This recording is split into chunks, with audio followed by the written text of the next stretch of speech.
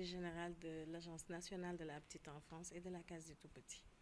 waaw ndaje bi am na solo bu baax a baax parce que tey ñu ngi rencontré partenaire boo xamante ne bu yàgg la ñuy liggéey ak moom ay années yu bari di rencontré également partenaire boo xamante ne bu privilégié la bu ñu amal njariñ torop parce que mi ngi ñuy accompagner pour ñu renforcer capacité wu ñiy intervenir ci suñu ay structure mais mi ngi ñuy accompagner également di tabax ay structure ci région yi nga xamante ne ñu ngi fay intervenir donc tey dañu daje pour def bilan wu li jot a am mais également pour xool lan la ñuy def pour année yi nga xamante ne ñu ngi ñëw te ñu yaakaar ne que partenariat bi dina gën a dëgër.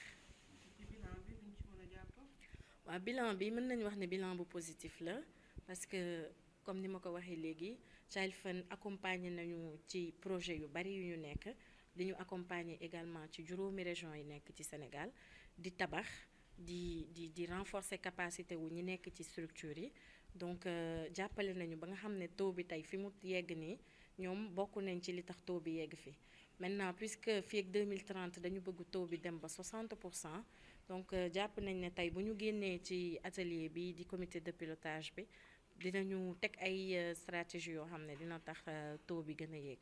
Modou Mbaye, directeur des programmes et de parrainage de Child Fund International Sénégal. waaw ndaje mi am na solo lool ni ko kilifa yi waxee léegi ndax dafay tax Child Fund ak agence ci lëkkaloo bi nga xam ni moom la ñu def ci mën a jàppale petite enfance ak case des tout-petits ñu mën a xalaataat bu baax ci ni nga xam ni moom la ñu tërale woon liggéey bi càmbar li nga xam ni moom lañ ci jot a def mais aussi jéem a seqi ay jéego yoo xam ne dana gën a tax ñu gën a mën a am impact mën a am résultat yi nga xam ni moom la ñu sumb tëral ko ci li nga xam ni moom la ñu kilifa yi gouvernement bi ni ñu bëggee ñu doxalee petite enfance ak case des tout-petits. ñi yëngu ci secteur bi surtout ñi nekk fii région Thiès bi ñu gën a miin gis nañu seen taxawaay ci tout tànk yi mais ñeenti diwaan ngeen nekkagum parce que yéen a ngi xalaat gunge bi gën ko yaatal.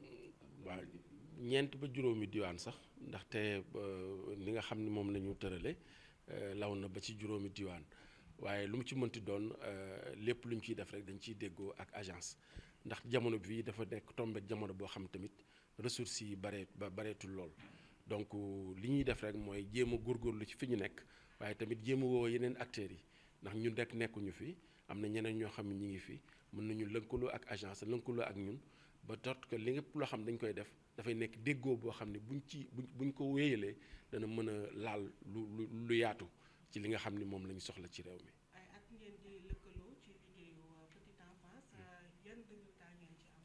waaw résultats yi am na solo ndaxte ñu ngi doon wax sànq li nga xam ni mooy renforcement de capacité surtout ci acteurs yi nga xam ne ñoo war a animer structure yi ndax Child Fund mi ngi ciy def lu am solo animateurs yu bari macha allah ñu ngi leen di jàppale pour ñu mën a nekk ci classe yi mën a taxawu xale yi booleeg tabax yi nga xam ne ñoom ñu ngi koy jéem ci région yi am na structure yu bari yoo xam ne jot nañ ko taxawal jàppale ci ministère bi te ñaan aussi ñu jéem a fexe ba structure yooyu am na yoo xam ne naam dugal nañ leen ci cartographie bi mais aussi yi nga xam ne moo desagum ñu mën leen a gën a dugal ndaxte dafay am solo pour ñu mën a seq yeneen jéego tamit jëm ci yeneen i gox. jërëjëf merci beaucoup.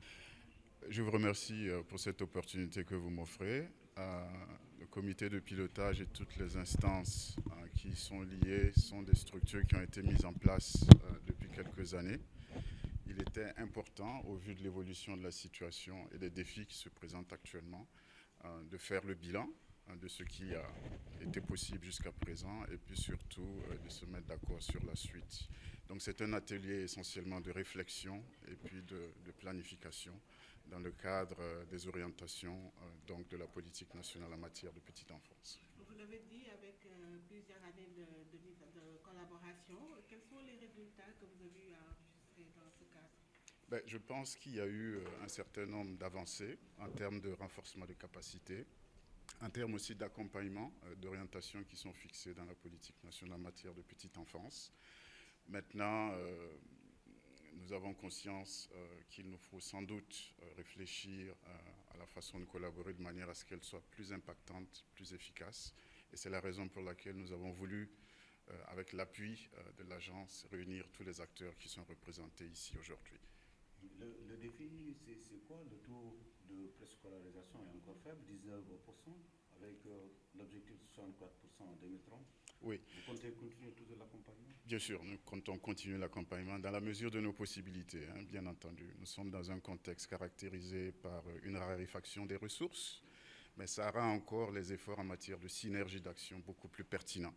Donc, j'invite les autres acteurs aussi à faire en sorte que nous puissions travailler main dans la main, parce que les défis que nous avons à relever sont immenses.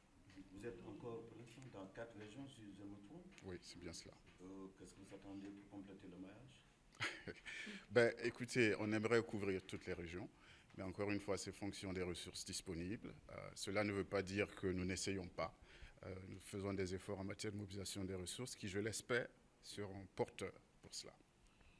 Vous êtes là également pour planifier les activités de l'année prochaine. On s'attend à quoi?